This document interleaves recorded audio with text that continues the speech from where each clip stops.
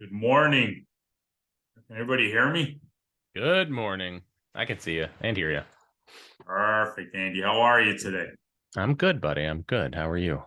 Doing all right. Doing all right. Crazy, hectic week. That's a good thing, right?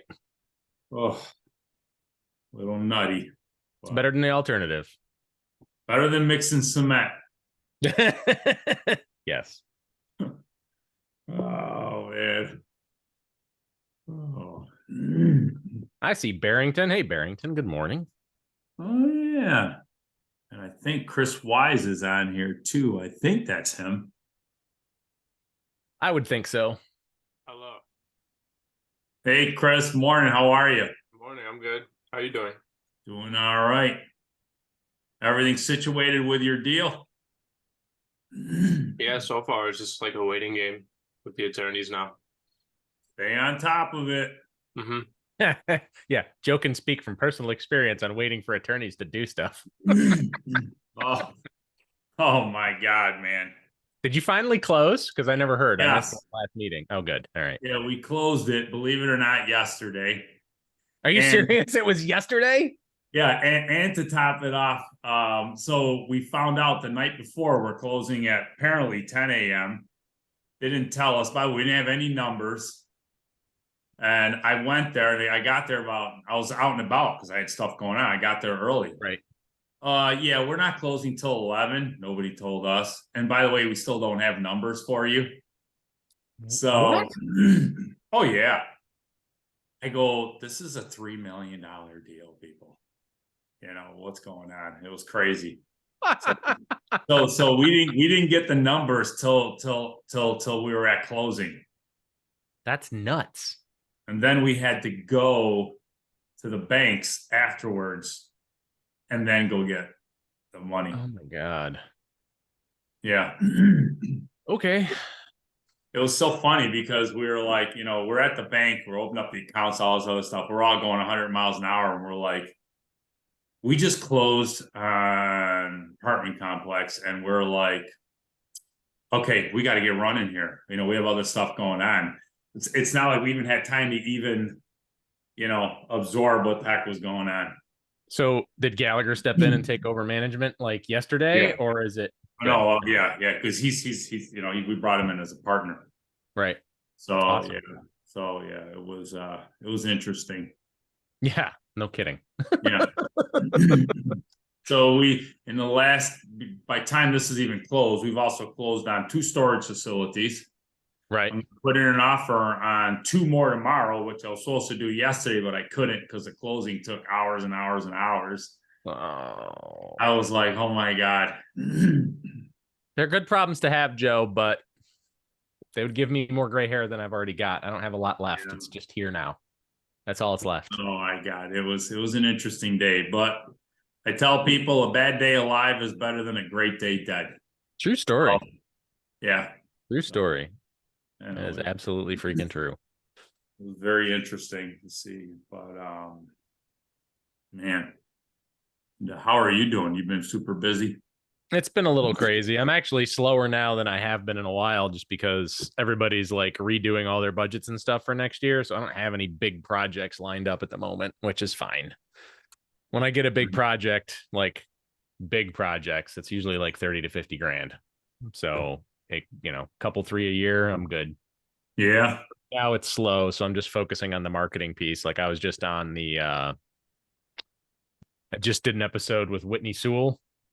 They just came out this week for his really? Yeah, 2 episodes in a row, actually. The real estate syndication podcast that he does. Wow. So he reached out to me. So I was like, all right, yeah, sure. You're Let's do famous. it. So we recorded it a couple weeks ago. Yeah, I haven't actually done, like, I guess it's a thing. You can go to these podcasts and you can actually apply to be on the show. I had no idea. All these, like, the only ones I've done, people have reached out to me. So I must be doing something right. Oh, man, you're like a wealth of knowledge. So, yeah. For better or worse. Hmm.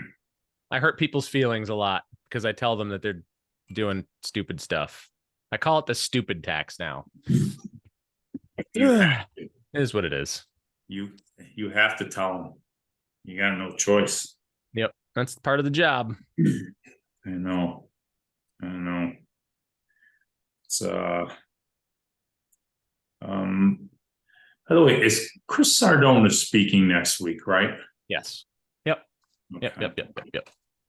Yeah, but the email blast went out Tuesday morning, I think, and then there's another one that's going to go out like Monday of next week, I think, either Monday or Tuesday, just to remind everybody, like a constant contact blast, not including what goes out from the website, because a lot of people turn the website ones off. So if we don't do a constant contact, they don't see it. Yeah. So I don't know. We'll see here. I know I don't think Scott's going to be on this morning. He's in New Orleans at a mindset group. Oh, is he with Iwanowitz doing that? No, actually, this is a different one. Yeah, another one he signed up for, which coincidentally didn't realize went with this one. He was already signed up with them, and so he's there. And then the other guys are doing the other one in Florida. Got it. So, and he's coming back, and then next week we're going to be in Atlanta, Georgia together Oh, cool. for the What's there? storage. So we're going to be having the storage awesome. Thing there. Well, that's freaking cool. I think it'll be around maybe 50, 60 people there, give or take, a little bit more from the group. So that's awesome. Well, I hope you have fun with it, buddy. I need to learn. Maybe they need to learn from you. No, let me tell you something, man. There's guys there that, I mean, oh my gosh, I'm like a breadcrumb. Yeah, well, you don't want to be the smartest guy in the room, so no, not even by far. If you're the smartest guy in the room, you need a new room. You kidding me? I bring the IQ level down over there. Oh, whatever. I do, believe me. Whatever. I'm glad. I don't want to be the smartest one over there. So, I mean, there's people there that own, oh my God, unbelievable amounts of stuff. One of the guys there, his main thing is he wants to get a private jet. And he's well on his way, by the way. No thanks. I'm good. Keep that shit.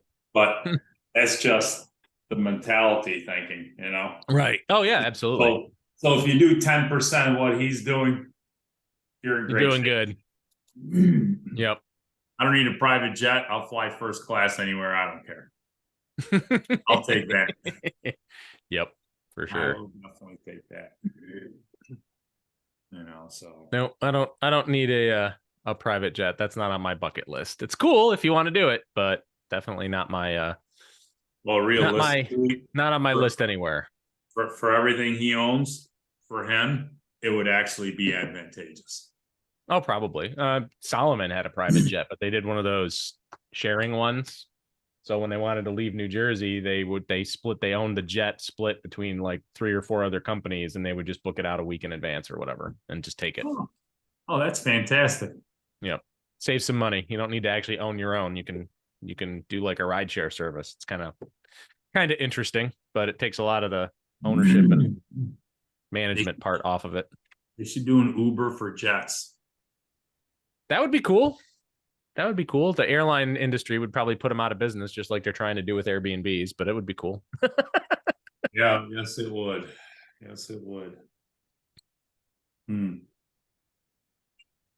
So it's gonna be a light crowd this morning, I think. Might be. It's the last nice day before the weather turns again. So I know. Everybody I talked to is trying to get as much outside stuff done as possible right now. So they've been it's been a race, not even a marathon. Yep.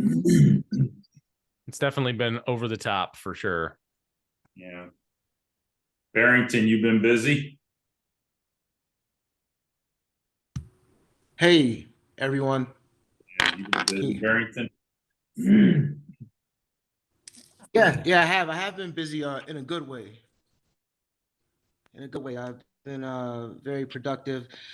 I'm excited about real estate again. I'm looking to get into large multifamily apartment buildings or storage. So it's a learning process. I'm loving it. I'm enjoying the process. Yeah, I feel great. So yes, I have been busy in a good way. That's fantastic, man. Yeah, met with a couple bankers yesterday to see where I stand as far as getting some commercial loans and things of that nature. So those were some good meetings. Yeah, that's pretty much it. Yeah. Yeah, much Fantastic. it. You got Yeah. stuff. Did you have anything you're looking at yet? Or are you still looking? Yeah, I'm looking at an eight unit over on Brunswick, but just still in conversation with the owner. Nothing is solidified. Does that have the I'll, pillars in the front? if I'm not, probably so. I drove by it a couple weeks ago. Older guy? Yeah, he seems like a whack job. Yes. It's- I got a yeah, story and a half to tell you. I've been dealing with him for about four or 5 years. It's a great piece yeah, of property. yeah, And he overvalues it. yeah, It's a great piece of property, man. I love the yeah, house. Love it. yeah, But oh my God, it's you and probably about 15 other people, 20 other people over the years have been dealing with him. He's a very nice guy. right. So you haven't been inside of it yet? I haven't been inside, but I have an idea that it probably needs a ton of work. Yeah, his unit Yeah, alone, it's a disaster. We were yeah. over there, it's a beautiful area. We're over there and you can see the roaches crawling up the wall. Get Oh, out of here. Oh, Get out of oh, here. that's not even the crazy story. I can't, I'll What? tell you to you offline. You're gonna, oh my God. So, What? but yeah, so On Park Avenue? oh man, that's not even the crazy part of the story. By the way, I got pictures of Wow. inside of this place. If you want, I'll send them to you. But a Wow. lot of people aren't paying. A lot of people are mooching off of him. Yeah. He's a nice guy. He got a big heart. Yeah. He's listening to the people who are not serving him well. Yeah. Yeah. And his family actually created the apple core. That's what they actually that's what they actually invented, the apple core machine. Oh, get out of really? here. Yep. Wow. He's a nice guy. I got him every time I call. Hey, Joe Buys, how are you? I go, what's going on?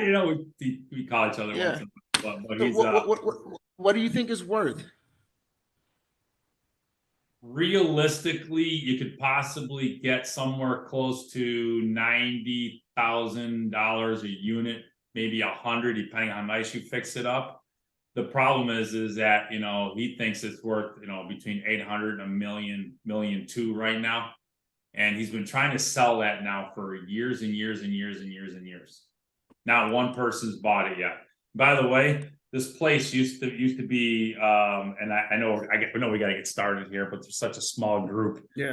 That this is going to be awesome. So, Yeah. so tie this thing into this place.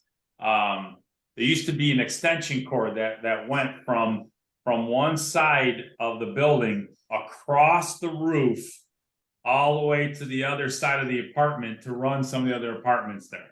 What? Wow. Wow. And then there were extension cords running from one apartment on the first floor running up the beautiful grand staircase into some of the other apartments. Come on. Wow.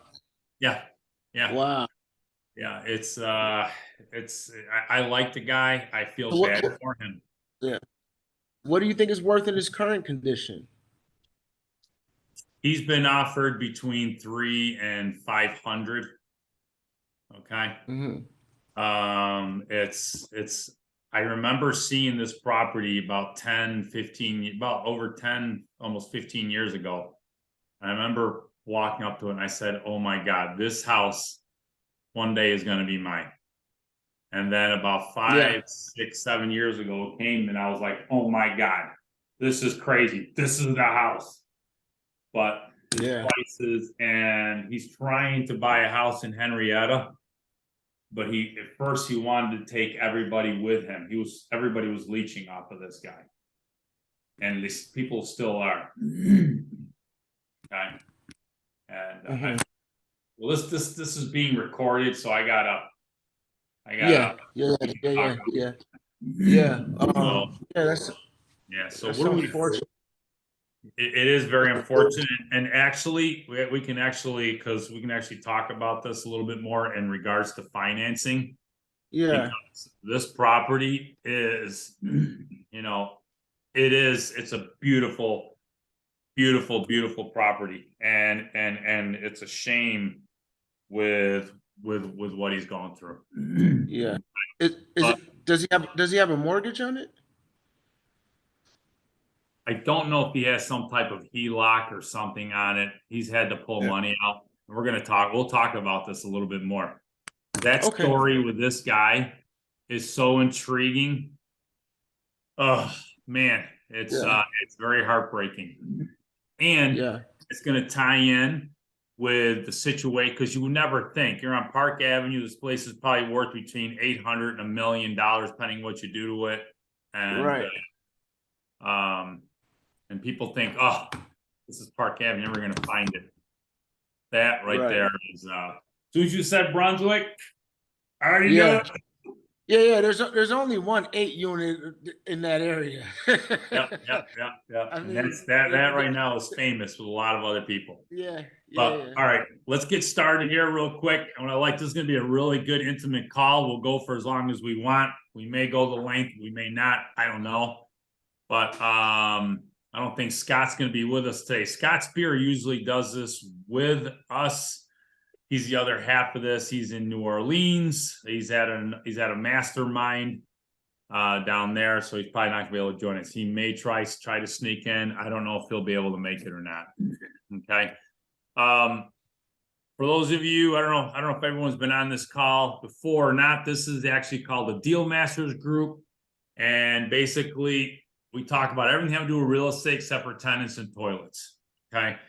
We'll talk about and by the way, tenants and toilets is a whole different group for that. There is the oh my God, it's not called landlord. It's housing DIY REI. Oh, DIY, do it yourself real estate. Yep. Okay. There's a whole meeting for that. Pat Gallagher, Beth Gallagher, they manage 700 properties. They do that. And there's Carl Weeks, who's probably done over 5,000 or 6,000 properties in the city of Rochester. Last week they did the meeting last week. It was a great meeting, actually. It was a ton of people there. Anything you want to know about tenants, toilets, rentals, they're your people. Okay. This right here is going to be open forum. We keep it very, we want to be able to ask questions. Okay, be able to learn from each other. I know we're going to be talking about creative financing. At the same time, we can go a little bit off topic on certain things. Okay. There is going to be the general meeting. It's going to be next Thursday morning, or not Thursday, but next Thursday night. Sorry. That's going to be at the Eagle Vale Country Club. Networking somewhere between starts right around 5 o'clock ish. They're going to network till about 7 o'clock. Chris Sardone is going to be speaking. He is an accountant. The great thing about Chris, not only is he an accountant, not only does he teach accounting at one of the local colleges, he's also an investor himself. So he comes in with a little bit more different perspective than most accountants out there. And he's also my accountant. I said it before, I'll say it again. I used to have a different accountant. When I had the other accountant who wasn't as experienced as Chris is, I was making less and paying more money. Now I make more money and I was paying less because of Chris. Okay. So take that for what it's worth. He is extremely well versed, and he's going to be there in person, and you can actually ask him questions. He'll be there. You can talk to him. You can pick his brain. You can ask him all kinds of accounting questions, which If you had to sit down with somebody, they would probably charge you. Okay, this you can actually have done for free. He's gonna be speaking from about 7 p.m. They usually keep to about 45 minutes, give or take. And then after that, there'll also be more networking. There'll be free food, tons and tons of pizza. And there will be cash bars, you have to pay for your own drinks, obviously, though. But more importantly, the networking is going to be insanely important. Okay. If you have questions on that, go to the REIA website, ffreia.com. Get pre-registered for that and just follow the instructions on that. Andy, did I miss anything? No, I think you got it all. That sounds right. Perfect. Yeah, there's no changes or anything, so hopefully everything goes as planned and super smooth and just move right along. And then November, it's vendor night. So Okay. that'll be cool. All right, perfect. Yeah, so all the vendors that are involved are going to be there.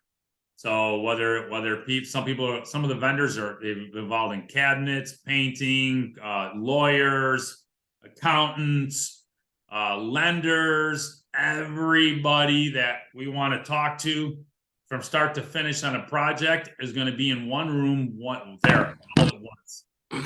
Yep. So go ahead. I was just gonna say, and we actually just got a new platinum sponsor in addition to Quickline Capital. So Quickline was our first platinum sponsor. They spend what a normal vendor spends in 3 years in a month.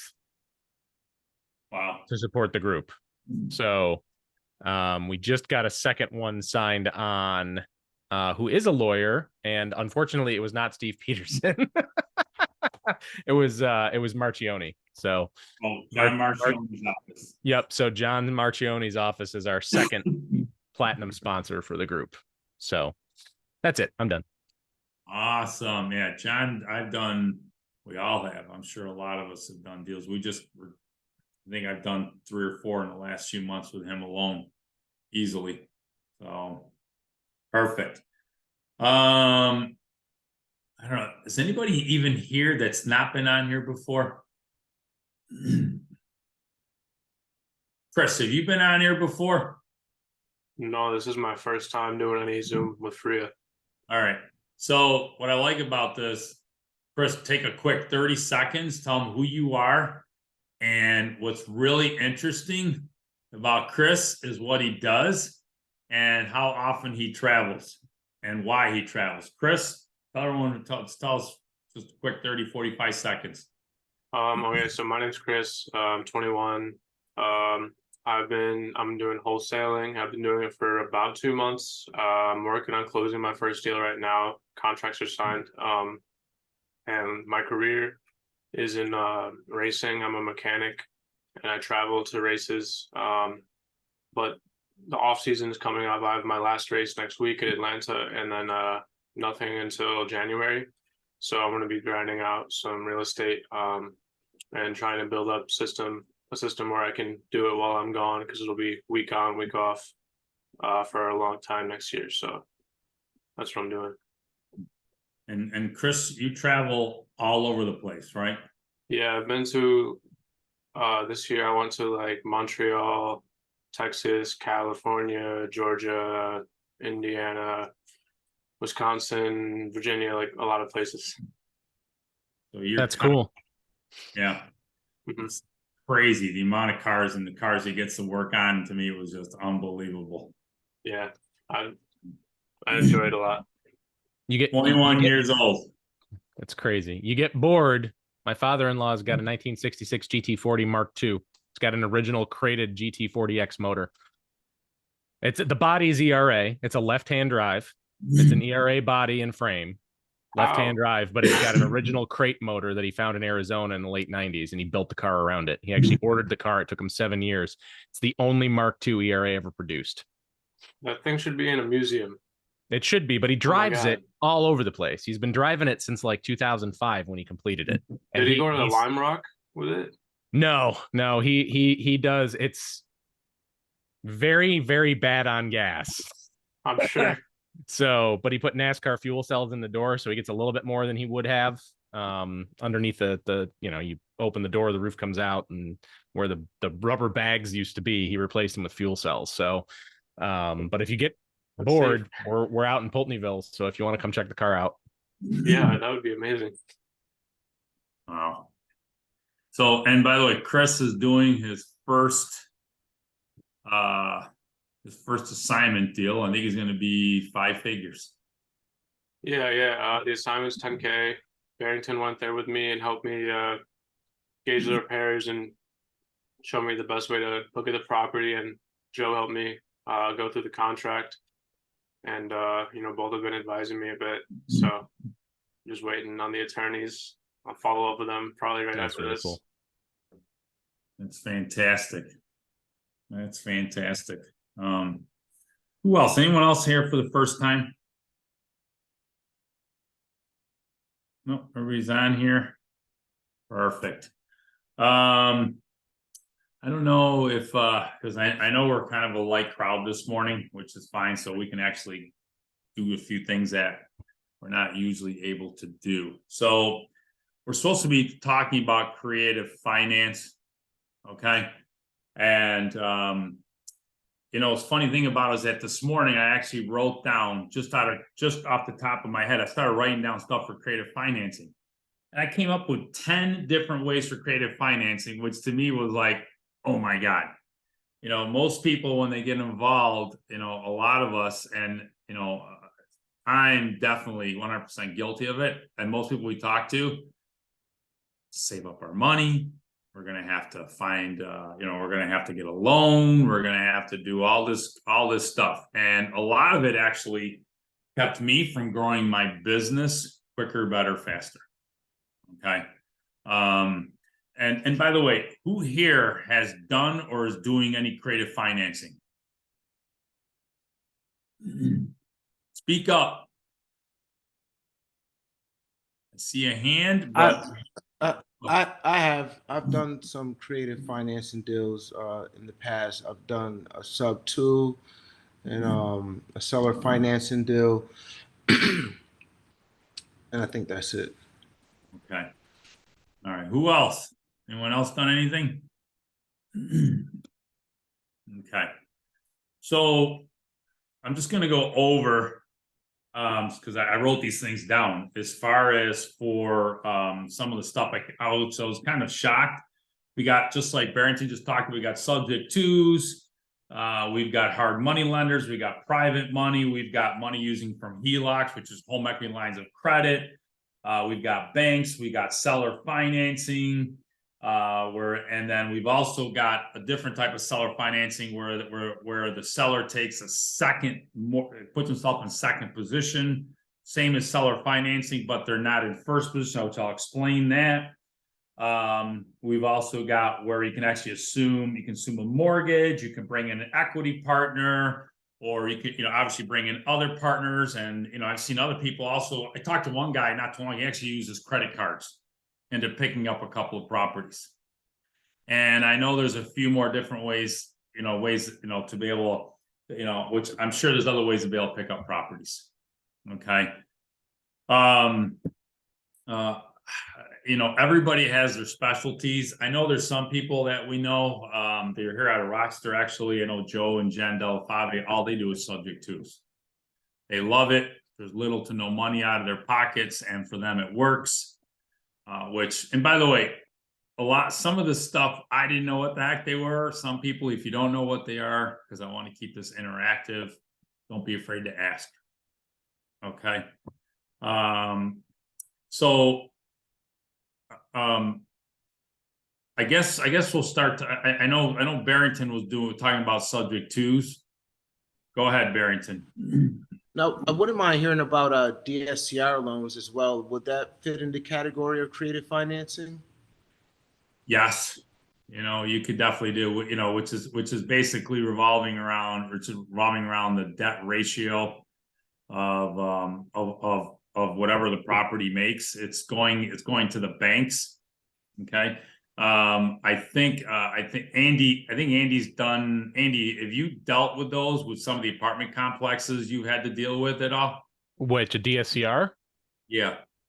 Not really. I don't get involved in the financing side usually, other than making sure that they're staying on budget for their project, whatever it may be. But I've done stuff where, they've got all sorts of different financing lined up. I've done stuff for syndications, and I've done stuff where there's waterfalls due and just whatever. But 90% of the time I stay out of it because it's not really Okay. my piece of the puzzle. I'm sure that I have been there when they were doing like a modified DSCR, but it's an interesting game for everybody in that world right now because they're all looking for creative ways to stay afloat. So most of them are talking cash in refis now in the next 2 years, which is gonna suck.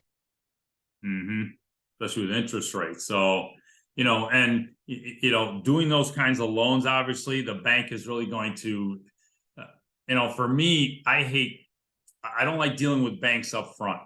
I like going into the bank. I like being able to take control of the asset. You can do that, Barrington. They're going to ask for everything in their grandmother because they want to know what this place is, what it's making right now, what it's going to be making. And each bank is going to be a little bit different in regards to what their parameters are, what they're, what they want to loan money out for. Okay. Okay, so when you go in to take control of these properties, are you going in with the mindset of paying cash or using hard money, and then using the bank as a plan B? So it depends on the Or size. it varies. It varies. Varies because if you're going after $1 million piece of property and you don't have $1 million in cash, or you don't want to use $1 million, then it's a whole different ballgame. Sometimes it's worth using a hard money lender to take control of it. We did a 19 unit a while back, and we knew it was worth $1 million, but at the time we couldn't go to the bank, so we ended up going to the hard money lender. They loaned us the money. We took control of it. We fixed it up. The bank said, "Hey, listen, we will, because now your rents are here. Now they're way up above that." They were like, "Hey, listen, we'll refi you out. Not a problem at all. We'd love to do that for you." We ended up selling it. Okay. But it was much easier because all we did to take control of it was basically call up the lender. One of them was just like, "We're in." The other one, because we had 2 lenders that came in to help us out. The second one did a walkthrough and they were like, "Oh my God, we're in." We didn't fill out one piece of paper. Nothing. It was fantastic. And not too long ago, actually, because for the one we just closed yesterday, we approached the bank, and the bank was like, "Okay, you got to fill out these forms." And it was like, I was like, "Oh my God." It was like they wanted an autobiography, and it was just, and I understand where they're coming from, but we just wanted to take control of the property because we knew where we were buying it at and what it was going to be worth. So going in and then trying to buy a property for $1 million, it's only worth $1 million, and then you go to refi that thing out, they're not going to give you the full million. Okay. Most lenders aren't going to give it to you. So you and I know they're going to give you 75 to 80% of what the place is worth. So what you got to watch out for. And I've seen people who I have people call me up, "Hey Joe, I got this property. I'm gonna go to a hard money loan. Then I'm gonna refi it out." So let's use $1 million example. Let's just say it was worth $1 million. Let's just say by some crazy chance they were able to borrow $900,000 on this property. They got 90% of the value of it, or even 100. Okay. When they go to refi that thing out a year later, they're still going to owe 900. If they get 90%, they're still going to owe close to 900,000. If they get 100%, they're still going to owe close to $1 million. The problem is when they go to the bank and they go to refi it out, the bank is going to give them 75 to 80% of the value of the property, which means they're going to get between $750 and $800,000.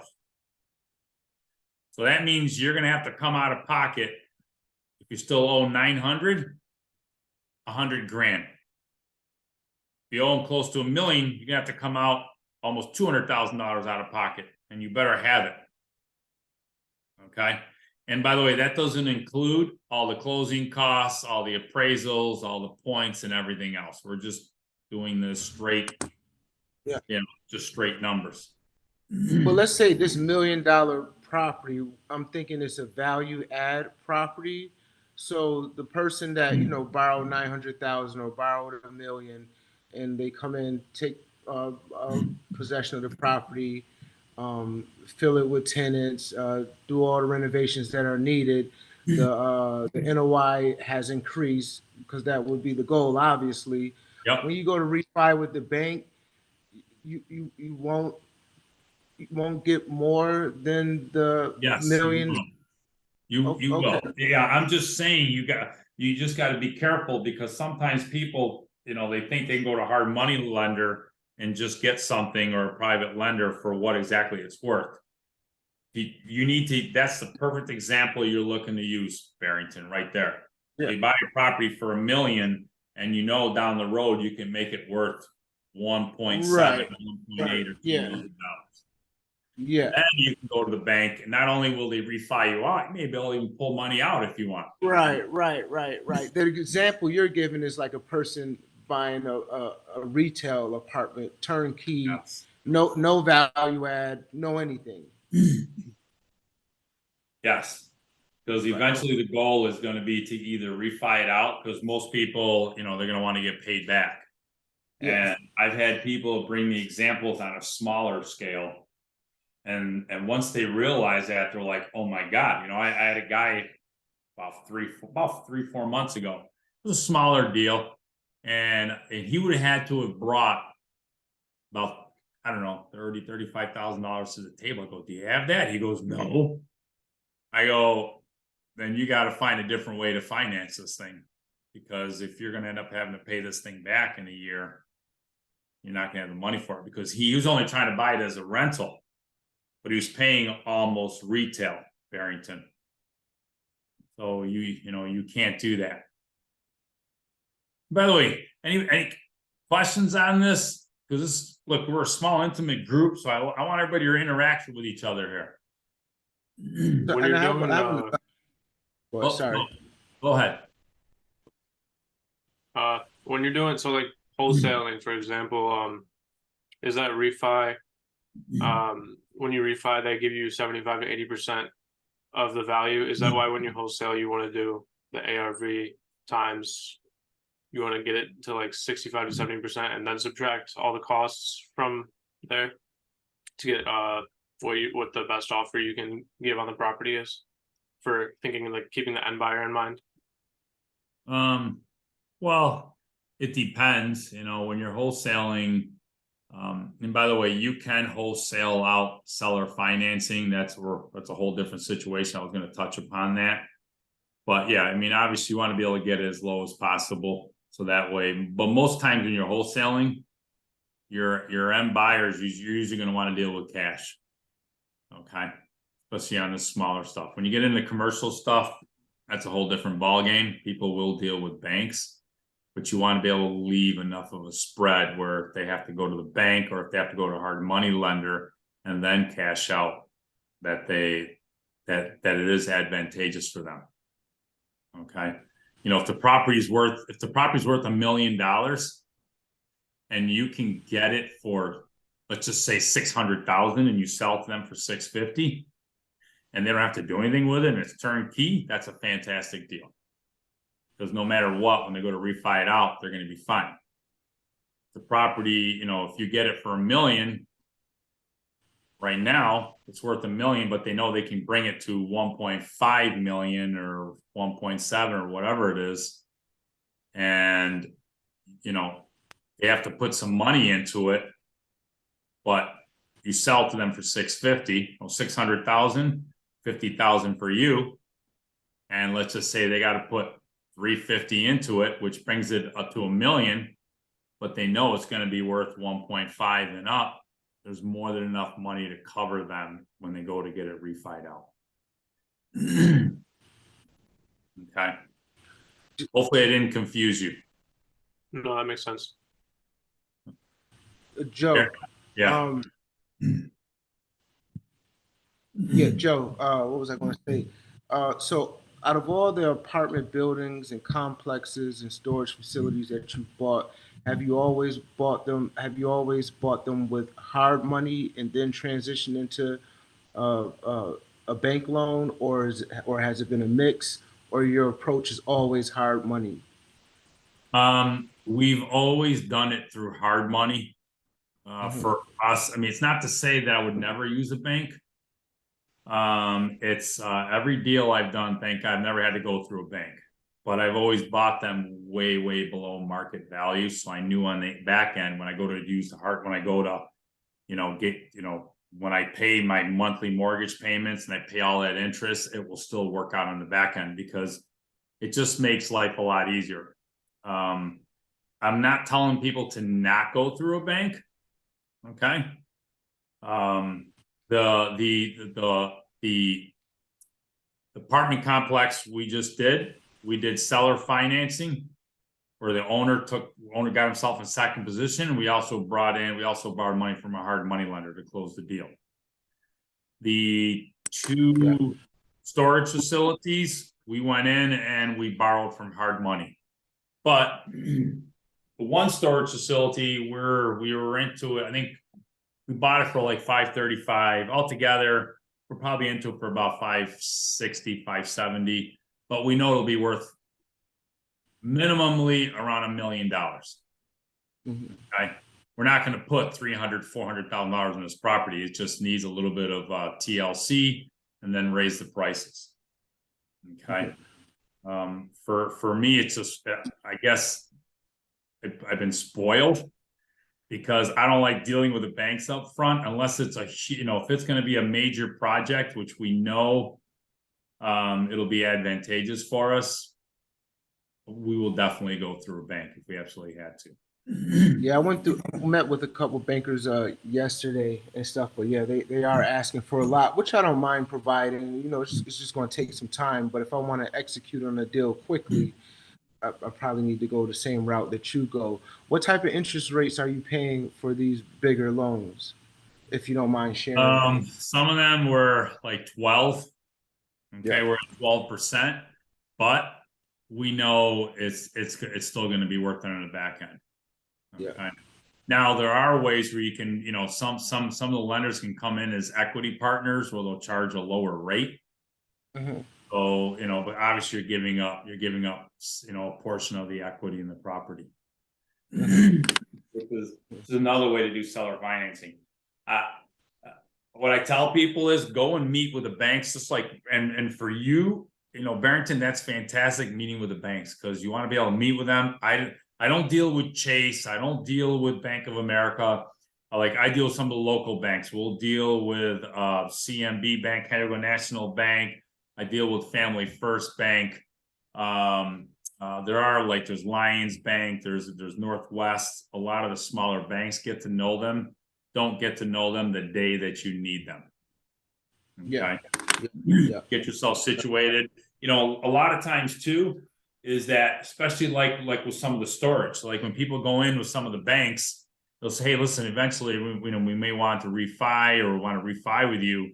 And by the way, we're going to be running all our accounts through your bank.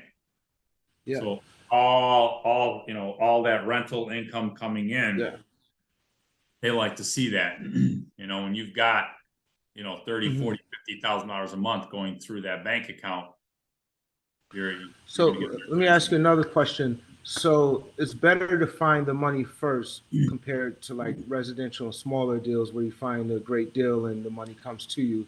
With commercial and larger deals, you want to find the money first. So that's the direction that I'm going into now. Should I start reaching out to private and hard money lenders, letting them know what I'm doing and where I'm going, and if they would be able to provide funding to me or for me, and how that would look. I should start that now, or what are your Yeah. thoughts? I would do both. Yeah. I would definitely do both. When we approached Canandaigua National Bank, they were like, "Yeah, we want to do this deal. We want to do this deal. We definitely No, want to do no, this deal." no, I'm saying, should I approach private hard money lenders now? Yes. Okay. Yes. Well, what we did was too, we ended up approaching a hard money lender, and he was just like, "This is a fantastic deal. It'll be easier to get this, under our belts and then go to the bank." And the funny thing about it is at the bank, which we've been dealing with them, they're calling us once, "Hey, how's it going? How's it going? Are you ready?" And the bank is asking us, which was really kind of crazy, and understand banks right now are also hurting a little bit too, because, they're not making as many loans as they were before. So they want to be able to loan out money. Obviously not just going to give it away, Yeah. but they're looking for us too. Yeah. So I should be approaching private and hard money lenders now before I even find a deal, just to have myself set up so when a deal does fit my criteria, I can move forward on it. Correct? I definitely would, Yeah. because, Okay. I mean, look, Barrington, you're very well known. People know you. So you've got a head start Yeah. versus someone just like, "Hey, listen, I found a place," and then they want to know you got experience. They want to know because, realistically, whenever you talk to a lender, they're sizing all of us up. Mhm. Are they serious? Are they trustworthy? Are they just going to be one in and then one out and that's it? Are they going to stay the course? If they know you're around, you're talking to them for 4 or 5, 6 months. Okay, I gotta take this guy seriously. And if I'm dwelling too much on the subject, feel free to let me know, because I know other people No, you're probably. not. I want people to also chime in too, Yeah. about what you're talking about, what they're doing. So when approaching these private and hard money lenders for these bigger loans for large, multifamily properties, what should the conversation be like? What should, you know, with the private lender? Like, hey, this is what I'm looking to do. Uh, would you be interested in, being a part of this? And if so, um, what would that look like, or what type of terms do you have available? How would that conversation go? The same way that I would approach a private or hard money lender for a single family, but just the numbers are just different, and the product is different, or Well, I mean, um, for me, when I talk to them, I want to find out what they can handle first of all. okay, Number one, okay. Someone's used to loaning out 40, 50, or 100 grand. They may not be used to that 1 or 2 extra zeros. Right, Ask them, what are you right, comfortable with? More importantly is that, when I talk to them, I want them to know, say, "Hey, listen, I'm buying this property," right up front. I go, "Listen, I'm buying this property for," perfect example is the 4 unit that I bought on Park Avenue. I said, "Listen, I took out there." I told him where it was, so he knew. And he goes, "What do you need?" I said, 220. And he goes, "Done." It was literally just a couple minutes conversation. And the issue was that the I told him that it's worth, he knew it was worth between 450 and $500,000. Okay. And so what happened was, sorry, I'm on a Zoom call. I apologize. Someone just came into my office. I apologize. I apologize. Thank you.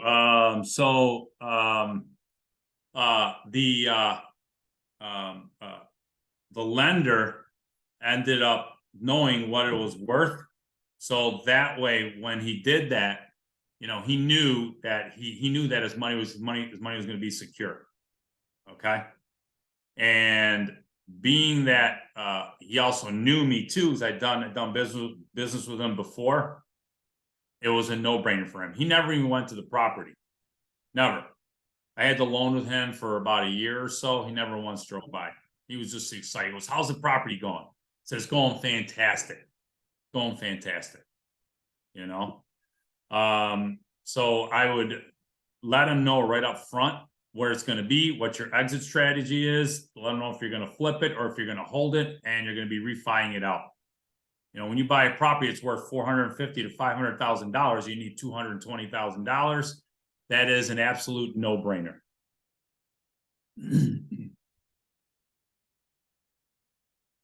Any questions on that? Anybody?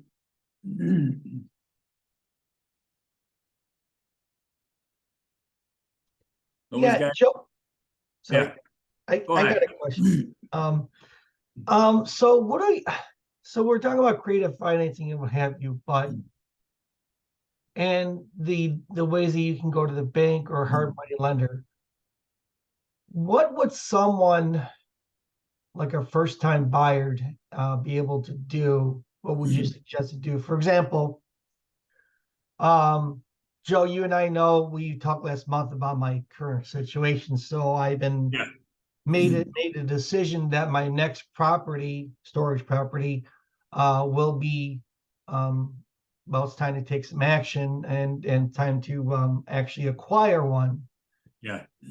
So the question of the day is when I find one and it is a deal. Of course, you know I'm working with Scott Spear, but beyond that, though, what are good suggestions or tips or what would someone like me do to acquire the financing for their property? If they want owner financing, that's a different story. We can structure it in a different way. I mean, that we can figure that out as we go along. But if the buyer, I'm sorry, the seller happens to want to be cash only or bank financing or whatever you call it. So like let's say I go to the bank and I'm like, well, you have no experience. Now what do you do? So what can someone like me do, or even hard money to acquire the financing for the property? So look, and for those of you, most of you know, some of you don't know, obviously, you know, Gabe does storage. So it's he's a storage facility wholesaler. So he also gets access to storage facilities that are, you know, that are undervalued. Okay. And, you know, like, and for me, I was trying to find storage facilities. I was locating them. The problem that I was having was that even though I wanted to buy one, it wasn't about the financing. It was being able to say, how the heck am I going to operate this thing? Because I have no clue. Okay. So Gabe is way ahead of me on that. Plus finding them, analyzing them. He kicks my butt on that every time. I call Gabe up for questions. Okay. So like with Gabe, and it was the same thing with the houses, because, you know, when I started wholesaling the houses, I didn't have any money. And then what happened was people were like, why don't you keep these? Why don't you keep these? And then so, you know, you, Gabe, if you find a property, let's just say one of the storage facilities are going to be worth, you know, let's just say it's worth $1 million.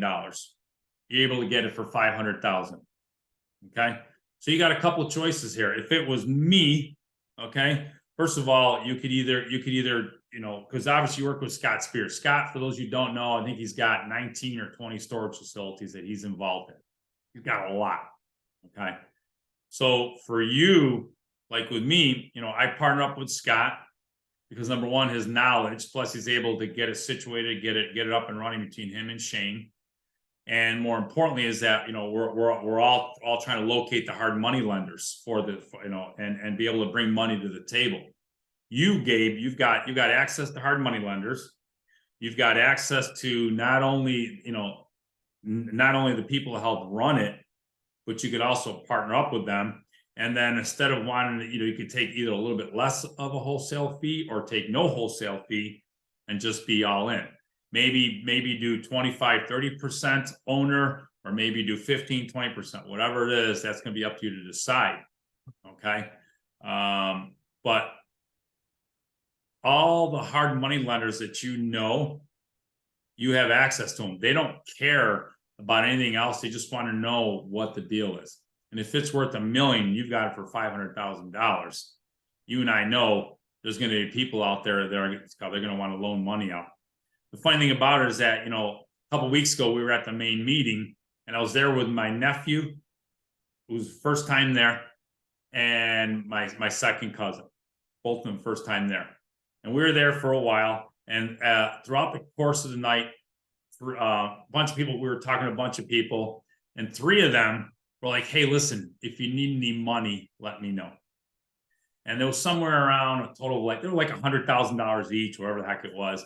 And they were astounded. They were like, oh my God, I mean, you're just standing here and people were offering to loan you money. And I was like, yes, because they know that you find deals. You find deals all the time. Okay. You've helped people make a lot of money, Gabe. Yeah. So I know you can definitely say, hey, listen, let's partner up. And you have that knowledge to be able to, you have the wherewithal to be able to find the property. So you're bringing that to the table. You partner up with them. Okay. You can say, listen, you people bring the money to the table or do whatever. And so let's just say, take a little bit less of a percentage, but you're not going to take any money out of the deal, but you want to be a partner. That way you can be an owner. So the value that you're bringing to the table is that you're finding the great deals. And then for the other people you partner up with, you're bringing value to them because you're increasing their net worth. And in the meanwhile, also the same thing for yourself. Do that 2 or 3 times. Okay, so build up that fashion. I understand. Okay, so be worth That's what I would equity do. partner first, and then get that. Okay, that makes perfect sense. Yeah, because I mean, Gabe, you bring so much more value to the table than you think because you're finding off-market deals with multiple 6-figure spreads on them with one shot. Just by a stroke of a pen, by them signing on that line, they've increased their net worth by hundreds of thousands of dollars. Think about it. Yep. Okay. And then you got to think about how many times have you done that? So if you've done that even 5 times, okay, at only $200,000 per transaction, and I know some of these transactions have been way more than that, you've helped people make $1 million net worth. What do you think of that, Gabe? I actually never sat down and think about that. So do you think you have something to bring to the table for them?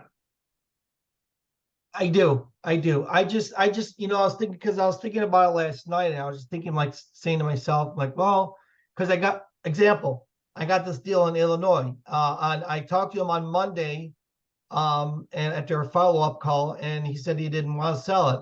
Well, I got an email from him late last night saying, well, you know what? I thought about it again. I'd like to reconsider. Let's talk tomorrow about, going forward. So now, and that's great. It's an opportunity now. So the concern is, as I was thinking about it when I saw the email and replied to him, I was like, well, so if I get this under contract, and we go through, and of course I'm going to work with Scott Spear in this. I'm like thinking to myself, like, I hope he doesn't tell me to get an SBA loan, because there's no way in hell I'm going to do that. No way. Because I'm a first time operator, so to speak. I mean, in that sense. And I'm like, I got no equity. I got nothing. Like, where can I? And I'm like sweating bullets. I'm like, I want to do this, but I'm like, I got to find a way to get into it, And I'm like, well, screw it. Might as well wholesale the thing again, Well, let me ask you a question. What's this place worth? I don't know. I don't have any information yet. I only know it's 27,000 square feet. I think maybe 2 acres of land. I mean, I don't have any numbers yet because So technically at 27,000 square feet, if you average 50 cents a square foot, the place should make $13,500 a month. In a perfect world, times 10 is 135,000. So that place should make somewhere close to $150,000 to $160,000. And then should be worth what back of the neck, it would be maybe 850,000 cash. Yeah. And then the question is, what could it be worth? Right. So, if this place, so if you, and that's at a 10 cap. Yeah, I know. Right. At a 10% return. So realistically, if you sell it at an 8 cap, you're somewhere, what, $950,000 to $1 million. And that's without increasing the value of the property. Right. We don't know about that yet. So once you find out, so let's just say that place, you could make it worth 1.4, $1.5 million. Just by some, who knows? I don't know. Then you've got, you're bringing, I mean, you're going to buy that for around 60 cents on the dollar, 65 cents on the dollar. You're bringing some serious value to the table. Okay. So, I mean, it's up to you if you're looking to buy it yourself, or if you're looking to, I mean, if it was me and I didn't have that, I'd rather get a piece of the pie versus no pie. Okay. And you got to remember, I mean, you're bringing so much value to the table because, I mean, you find properties that people would kill for. Okay. And then I promise you, you're going to kick yourself once you find out how easy it is to get the money, because you're going to be like, oh my God. And it's all mental. Yeah. Yeah, it is mental, because that's why I was sweating bullets. I'm like, how the hell am I going to get the finance for this thing? I'm like, if I get under contract and if it goes from I'm like, I'm serious. It's stressing me out, dude. It's don't get stressed out, and just find the deal. Okay. You got, look, all this, look, so far we've done 2 storage facilities, and we went and we found the money. Okay. I reverse engineered it, but enough people, but we knew that this was a fantastic deal. Okay. So, and then another thing too is that as far as for, that guy wanting to sell, maybe he'll hold a mortgage. I don't know. I'm going to talk to him today. Yeah. By the way, questions on what Gabe is talking about? I want to reiterate what you were saying, Joe. Gabe, you're extremely valuable in the storage industry. I look up to you and I admire you. Thank you. And you know how to find great deals, and that's the piece that most people don't know or know how to figure out. Once you have the connections, you have Scott Spear, you have Joe Lavabera, you have so many connections and all the resources. Once you find a great deal, finding the money, getting the money, I think will be fairly easy for you, because you have the knowledge and the experience. You've been working on this for quite some time, so you're extremely valuable. So I wouldn't sweat too many bullets. You'll get the financing. Yes. You're with great people. You're with Scott Spear. you're golden. You're good, man. Just Yeah. if the numbers make sense, and if it's a great deal, you're going to get the financing, and we'll be celebrating. Okay. Yeah. I mean, Seriously. And then right. one more thing. I told Gabe to write a book on how to wholesale storage facilities. I told him he has to write a book. So I'm still holding him accountable for that at some point. Good. He should. Yeah. Hell yeah. The crazy thing about it is that, and some of you don't know, he's literally created millions. I'll bet you he's got to be in at least a couple of millions of dollars worth of equity for people for stuff he's brought deals to the table for. Okay. He doesn't get that part. Okay. And then he's going to kick himself when he realizes that he gave away unbelievable stuff and realized the finance is right there in front of his eyeballs.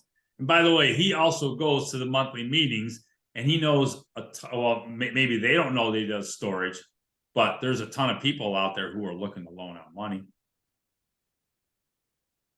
So Gabe, there's no reason why you cannot be able to get the financing. Me, I would just find a fantastic deal.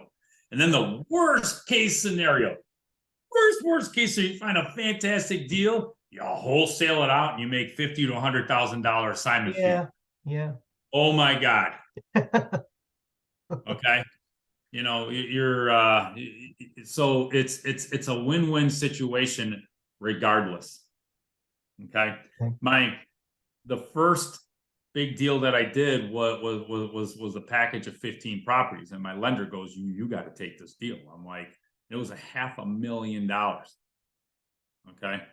And we were at Dunkin' Donuts at a Delta Sonic going over this, and I'll never forget it. He goes, Joe, if you don't take this deal, I'm going to pick up the phone, I'm going to call somebody else who will, I'm going to loan them the money, you can make an assignment fee.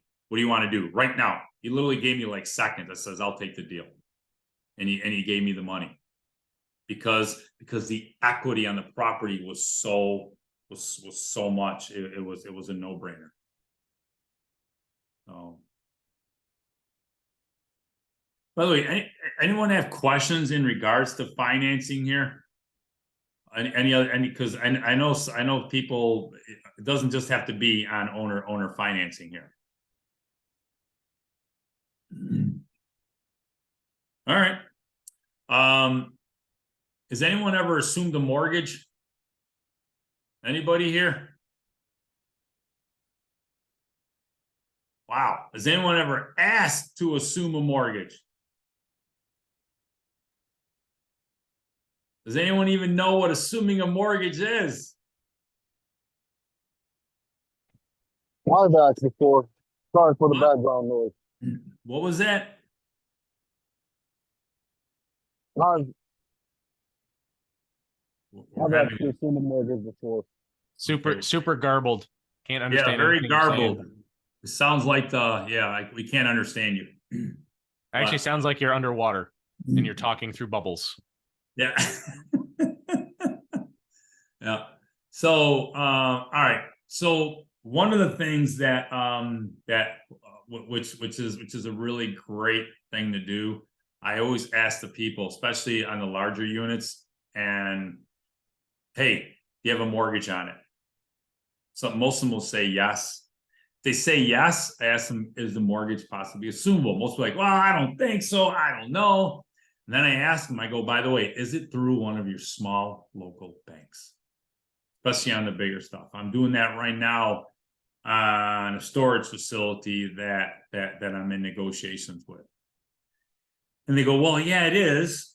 And, they're very friendly. They're very nice. They're just, like a one-horse town bank, which those are the best kinds to deal with. And I go, find out to see if they might possibly be interested in having us assume the mortgage. So right now, I'm literally waiting to hear back from them. Answer's always no unless you ask. Okay. And then what you can figure out is that if you can assume the mortgage, depending on how much it is, sometimes you can either have them hold a second note, or if you have the money for it, pay them the difference and be able to get into a property for as minimal down as possible. Okay. Is anyone even looking into doing that, or anyone have questions on that? Why would you want to assume a mortgage if would you only assume a mortgage if like a wrap or sub 2 is not an option? Is Some it less people, ideal? yeah, some people don't want to do a wrap mortgage, and some people don't want to do a subject to. They just want they just want to be out. And so let's just say they want $500,000 for the deal, and let's just say there's a $450,000 mortgage, and the bank says, yeah, we'll let you assume it. You got to come up with only 50 grand, versus if you have to go to the bank, they're going to make you come up with 25 to 30%, which is between $120,000 and $150,000 down. Or if you have to go to a hard money lender, unless they want to give you all the money, not all of them will give you 100% financing. You have to come up with the rest. So it's just much, and also what you also got to take a look at also is the interest rate. The bank may say, well, he's locked in at 5%. Interest rates right now are 7.5% or whatever the heck it is. You got 2 more years locked in at 5%. That will also help too. So it's not a straightforward situation where you're going to be going in there and you're going to be taking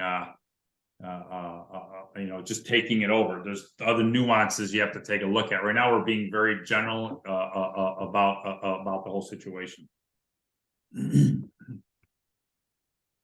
if you assume a mortgage, you have to put a down payment on it?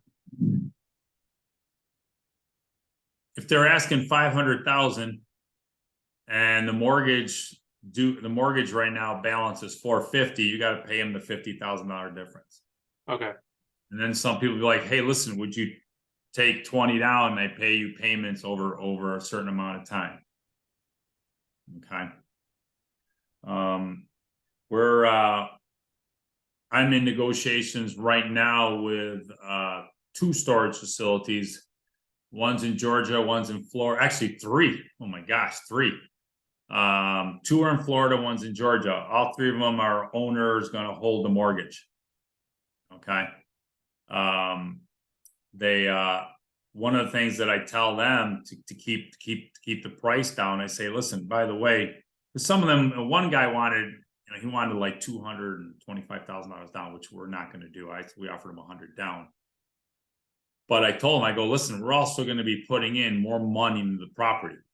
So you may only see 100 grand, but we've got our closing costs plus possibly another 30, 40, $50,000 on top of that right off the bat. And then when you're doing the owner finance, you could also give them a little bit more than a regular cash deal. Like the one lady I'm dealing with in Georgia, originally she wanted $525,000, $100,000 down, 5.5% interest. 525 wasn't going to work. I went over the numbers with her. Right now she's down to about 400. I told her cash, I'd be somewhere in the 3s. If I held a mortgage, I'd be at $100,000 down, but I'm also going to be putting in, I'm going to be doing a gate. I'm going to be putting in upgrades. We're also going to be doing, oh my God, what do you call it there? I can't think of the word right now, but we're going to automate it. So I said, we're going to increase the value of that. I go, secretly, you're going to want me to stop paying you because you're going to want the facility back to see how nice we make it. And she chuckled. And so now she's actually going to discuss with her husband if they're willing to take the $400,000, between $400,000 and $425,000. Okay, and that's before we go to inspect it. Okay. On that one over there is no mortgage to assume. That one's just free and clear. I asked her, she goes, nope, it's free and clear. We pay cash. Questions?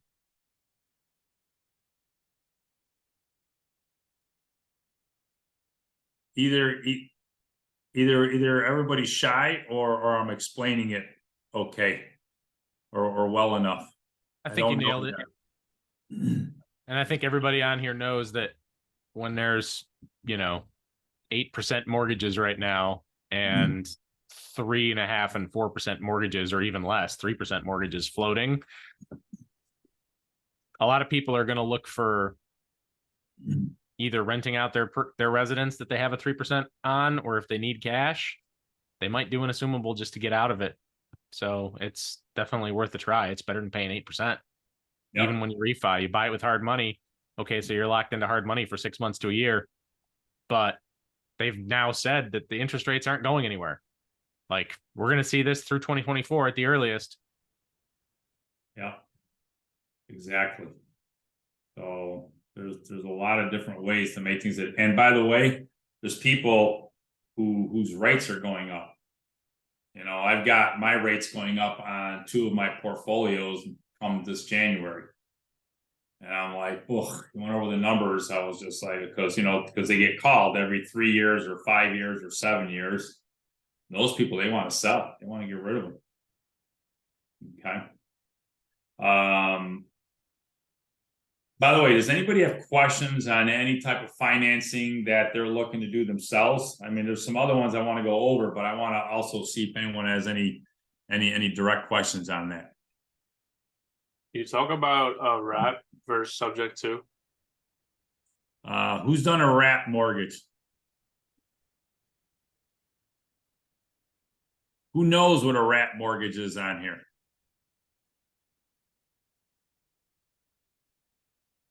Okay. So I've never done. Oh, sorry. Go ahead. What? Someone trying I was going to say I've never done a wrap mortgage. I was going to say that I've never done a wrap mortgage, but I'm kind of familiar with what they are. Mm-hmm. So I'm the same way, Barrington. One of the ways I've had people offer me, say, hey, Joe, take over my mortgage payment. Okay. So let's just say you have a house, it's worth $100,000, and they say, you know, they'll let you take over the mortgage payment, and let's just say their mortgage payment is $1,000 a month. We're going to keep the number stupidly easy. And then you find somebody else who wants to buy that same house for $120,000. Okay. And they're going to pay you by the month for, let's just say, I don't know, a year or two, or whatever it is. And you charge them $1,500. Okay. So you're paying the original person $1,000. Your end buyer is paying you $1,500. And all you're doing is that you're obviously keeping the difference of the $500. They're paying you your $1,500 a month mortgage. You're paying the original seller their $1,000 mortgage. And you keep doing that up until whatever time you agreed for your end buyer to either go to the bank or cash you out, or whichever way you want, or whatever agreement you guys came up on.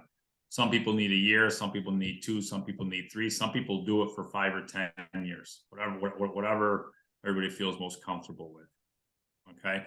All you're doing is that you're wrapping their mortgage and the other mortgage together. You're just keeping the difference. So they're paying you $1,500, you're paying out $1,000, $500, you know, in theory goes in your pocket. You know, they take care of the place. You're basically the bank. That's all you are. Anything breaks, they're responsible for it. If they walk away, you know, if they move out, don't buy it, don't close on it, whatever's got to happen there, it's going to be your responsibility. Okay.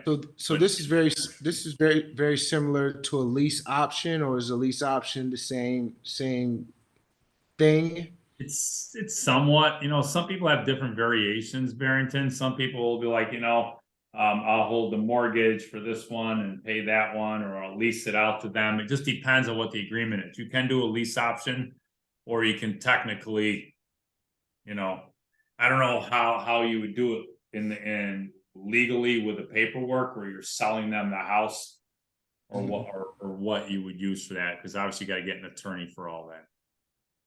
Yeah, I think it's similar to a lease option. You get an option payment similar to a down payment. You negotiate the price with the owner, let's say at 100,000, and that price is fixed.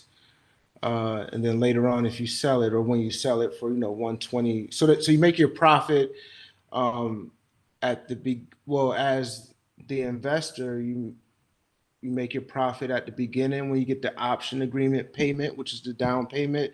Then you make the spread, the monthly spread, and then when you sell it for 120, you make The rest, you make that money as well. Yep. And you pay off the $100,000 mortgage.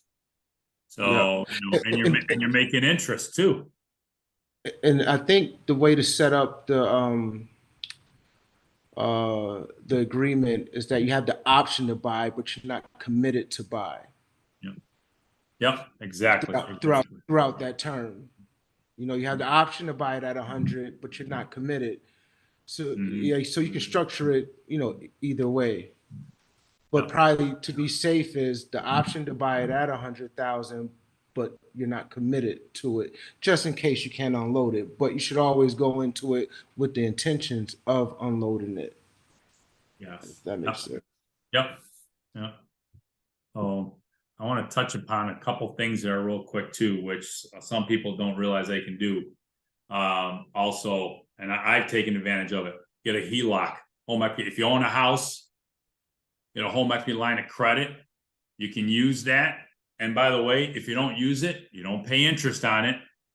It's a heck of a lot cheaper than going to a hard money lender, especially if you're doing a house. Let's just say you got to find something that's, you need $30,000, $40,000, $50,000. You're going to flip it, or you're going to do whatever. You can refi it out down the road and pay it back.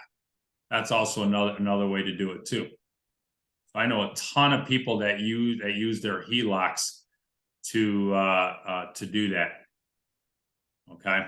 So, so has anyone even tried doing a HELOC, you know, to buy properties or home equity line of credit? No. If you own your own house and you've got enough of you have enough equity in there, look into it. Okay, it's you don't get charged for it unless you use it.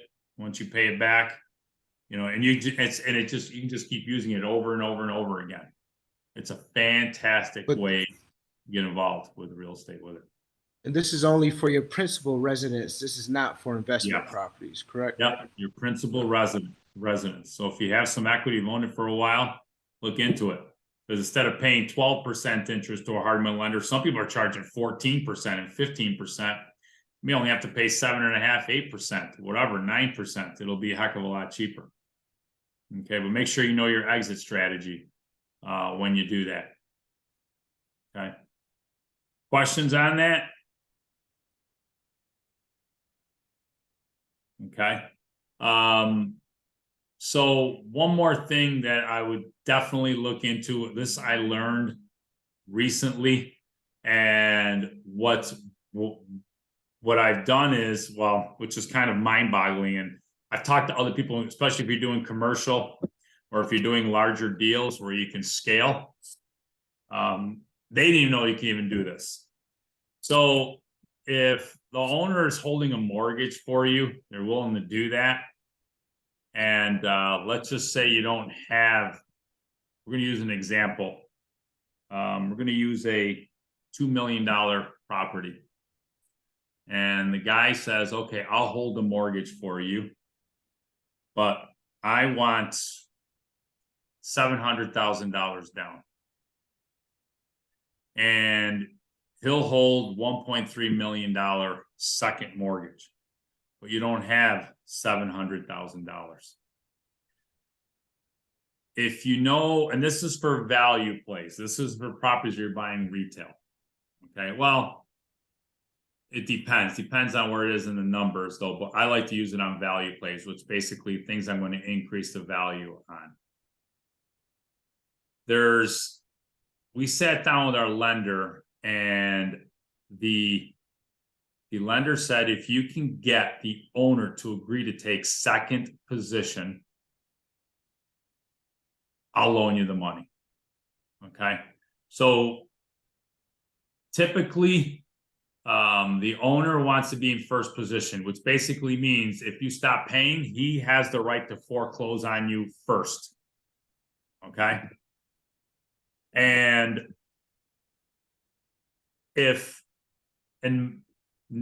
most of the time, your seller's attorney will never agree to have their client in second position. They always want their client to be in first position, just in case something happens.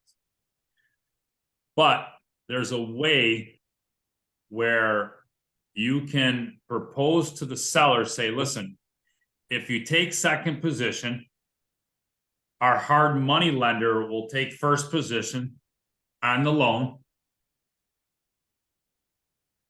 In the LLC that we're going to be forming, he'll have the rights to the shares of the LLC.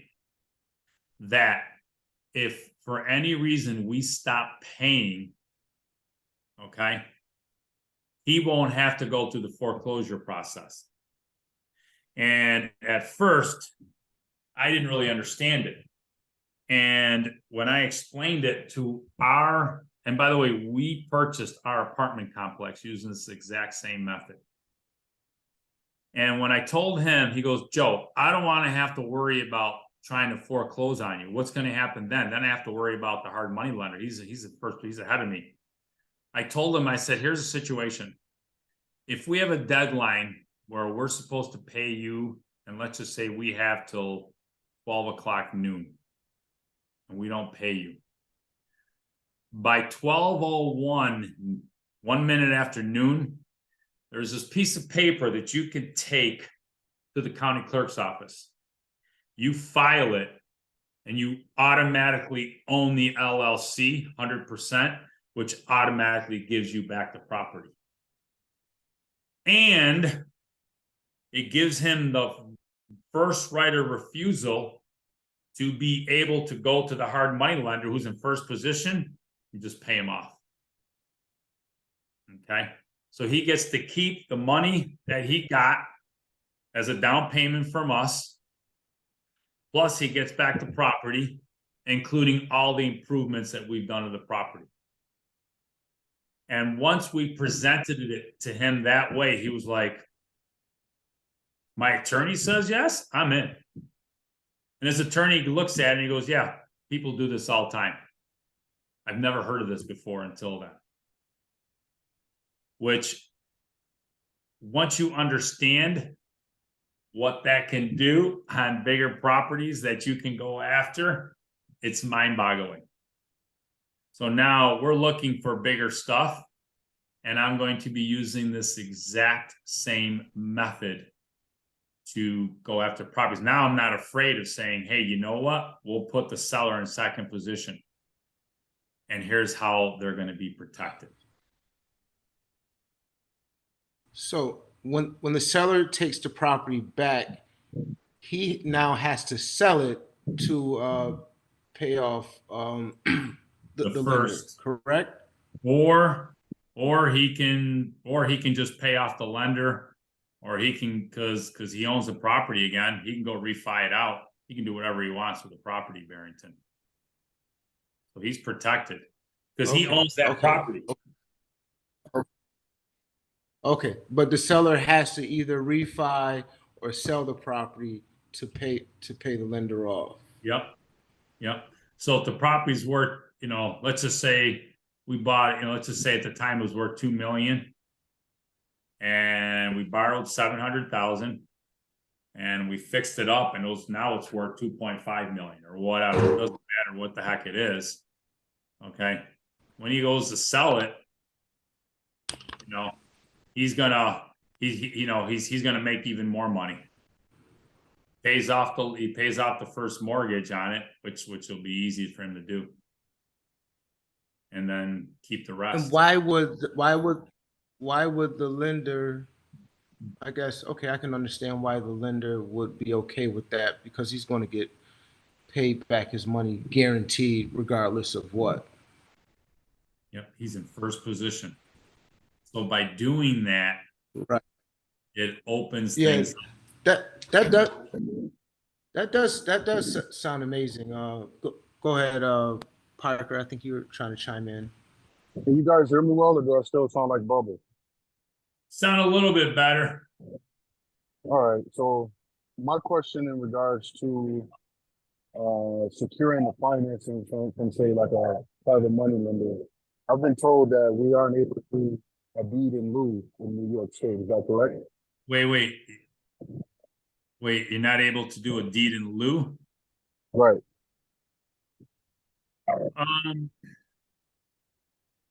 I'm not really too sure about that. I know some people I've heard both. I've heard it doesn't really matter if you do that. I've heard some people say it does matter. So I cannot answer for. I don't know if anyone else has it.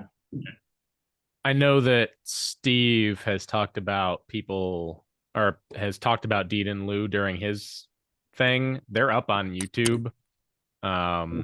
If it wasn't the last meeting, if it wasn't the last time he spoke, it was 2 meetings prior when we were at Da Vinci's. He definitely talked about deed in lieu. And it's up on the YouTube. That's all I can say. Just try and find it. It's probably under the 2022 Steve Peterson meeting.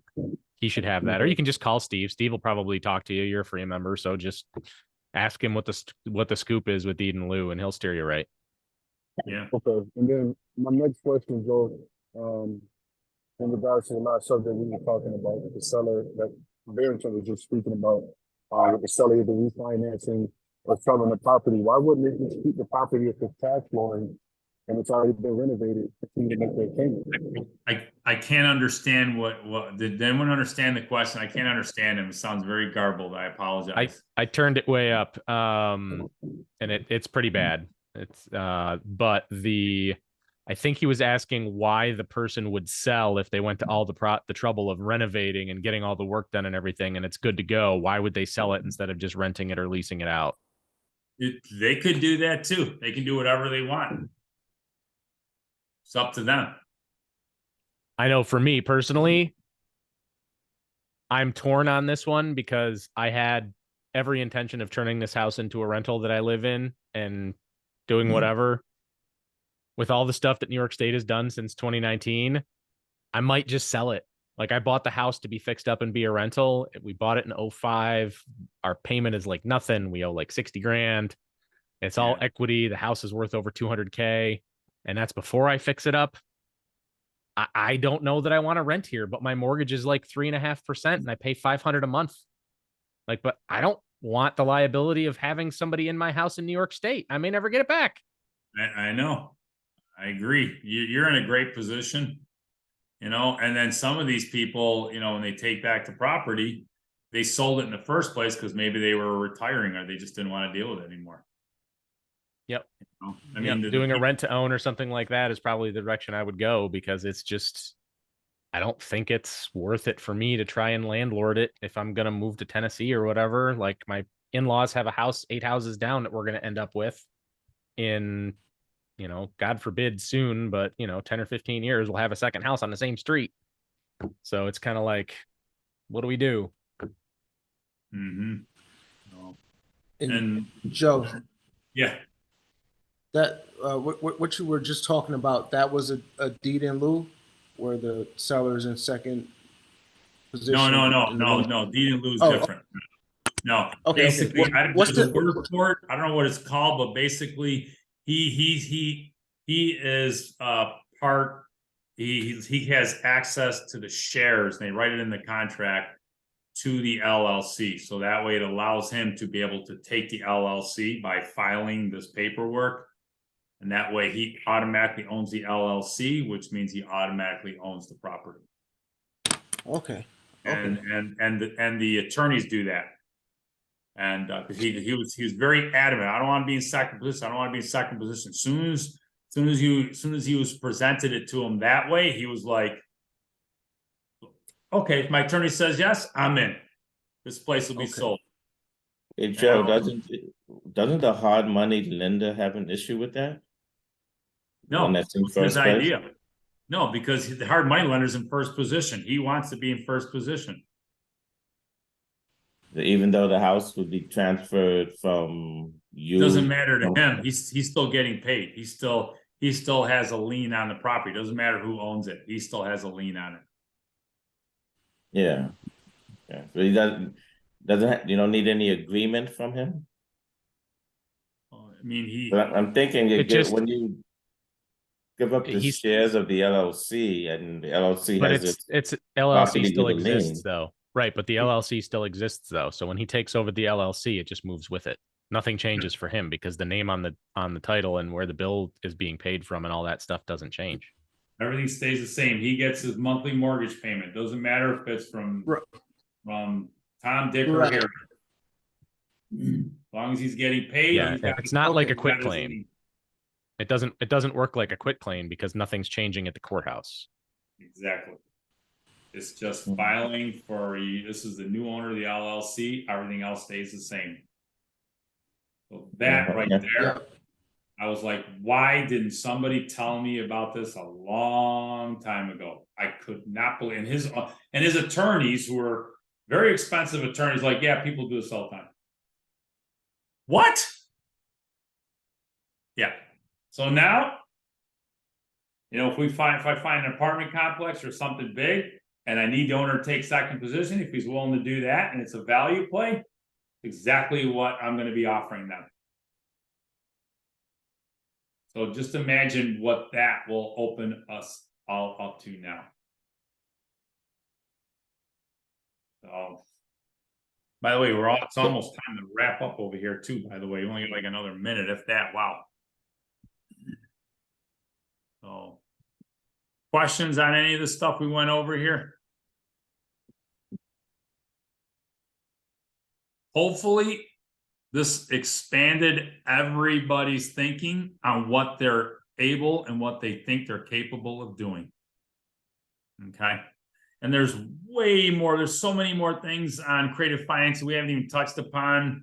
Like even Andy was talking about syndication, equity partners, offering, you know, and just so that way, you know, I want people to research so you can actually buy something, you know, say, hey, listen, you know what, if you hold a mortgage, I'll still, you know, especially if it's like an apartment building or something like that, you can actually offer them equity. Say, listen, if you hold a mortgage, I'll still give you 5 or 10% of equity in the property. You may be able to even still let them have some, you know, some of the depreciation for their write-offs. That's a whole separate, you know, more a little bit creative finance. We're not going to get into it in that time, but there's so many more things that we wouldn't even know about. Some people are like, wow, I'll hold the mortgage and I'll still be able to be part owner of this property. And when I get financed, I'll still hold ownership of the property. Okay, just a little bit of it, still be able to get that monthly income too. There's many more things we don't even know about, and there's still things we're learning about. Okay, we're going to be talking about creative financing on the 3rd Thursday of this month. It's going to be live. It's going to be in person. It's going to be at Ferrari's Pizza. Starts at 7 o'clock, ends at 8:30. Most people will be there like around. Get there anytime between 6:30, 6:45, eat. Whatever you want to do, and then there's great networking. Last week we were there till like they close at 10. We were there till after 10 o'clock. We were like the last people there to leave. Okay. Check out the website. I appreciate everybody being on here. If you have questions, obviously, don't be afraid to reach out to everybody and reach out to each other. Okay. Andy, I think I got everything. Hopefully. I think you did. I don't think there's anything else other than show up at the meeting at Eagle Vale next week and hang out and listen to Chris highlight all the we're keeping him to a half hour plus Q&A, so he's got 3 topics he's going to cover. If you ask me right now offhand what those 3 topics are, I don't know, but it's all about keeping more of your money. So he talks a little bit about 1031 exchanges. He's going to talk a little bit about cost segregation, and he's going to talk a little bit about and depreciation, obviously, and then something else. I don't know what the third one is. So anyway, it's just about not giving the government more than you need to, as always. Yeah. All right, everybody, thank you very much. You guys have a great day. Go do real estate. Thanks, everybody. Thanks, Joe. Thank you. Thank you.